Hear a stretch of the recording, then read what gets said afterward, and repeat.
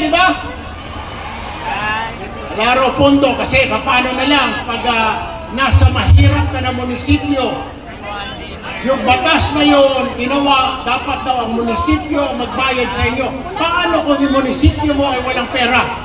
Di wala, nga. So re-reviewin po natin yan, ibibigay po natin responsibilidad na yan sa Department of Budget and Management. Sila po ang may pera.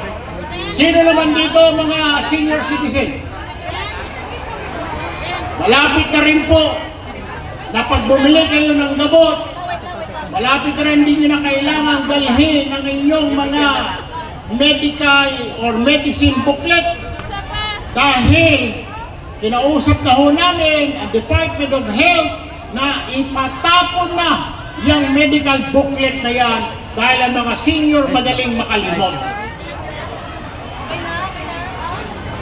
Ginawa na rin po natin, konting panahon na lamang po, yung discount po ng mga senior sa grocery na 60 pesos kada linggo, ginawa na po natin 500 pesos kada buwan, malapit na rin po yan.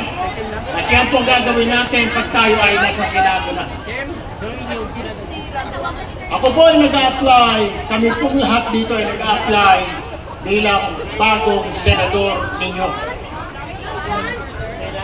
Ang aking pong qualification, tayo po ay congressman at marami po tayo mga pinangkalang batas. Pangalawa po, naging kalihim po ako ng Department of Social Welfare and Development. Kaya panahon ko po nang tinaasan namin ni Manang Ailey ang Social Pension Fund from 500 pesos, ginawa na namin 1,000. Palakpakan po natin, pamahala natin. At ang mga mababatas natin na nag-approve po dyan. Malapit na rin po yan. Yan po ang pangalawang qualification ko. Pangatlo po, bitbit ko po ang tatak o tutok, tulpo na serbisyo. Ibig kong sabihin, kahit anong laban, kahit saan, pagtatanggol ko kayo, sasamahan ko kayo sa inyong mga laban. Dahil ako po, Sir Windun po, ang kakampi ninyo sa Senado. Maraming salamat po!